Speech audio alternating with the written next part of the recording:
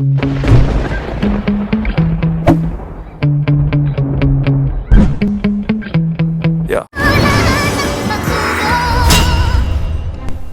Nagkamalay na nga si Clay at agad na nagtungo sa kusina.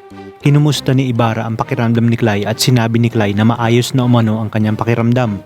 At kinuha rin ni Clay ang pagkakataon para pasalamatan si Ibarra sa pag-aalaga at pagbabantay sa kanya. Dagdag pa ni Clay na ngayon lang siya nakaramdam ng pag-aalaga ng isang lalaki dahil ni minsan ay hindi ito nagawa sa kanya ng kanyang ama. Samantala, habang tinutulungan ni Clay si Mang Adong ay kumakanta ito ng tungkol sa dalagang umiibig.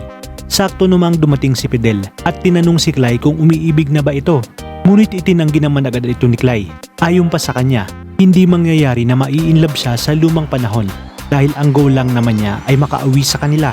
Dahil sa hirap na sina Crispin at Basilio ay mas hiniling na lang ni Crispin na sana'y magkasakit na lang sila ni Basilio para hindi na sila makapasok sa simbahan.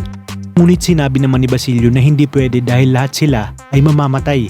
Ang kanilang ina sa kalungkutan at sila naman ay sa gutom. Kaya kinakailangan nilang itiisin ang pagpapahirap sa kanila ng kura habang si Maria Clara naman ay binabasa na namang muli ang mga lumang lihim sa kanya ng kanyang kasintahang si Ibarra. Dahil sa pamamagitan lang umano nito ay nagiging masaya siya at tuwing nakakaramdam nga siya ng kalungkutan.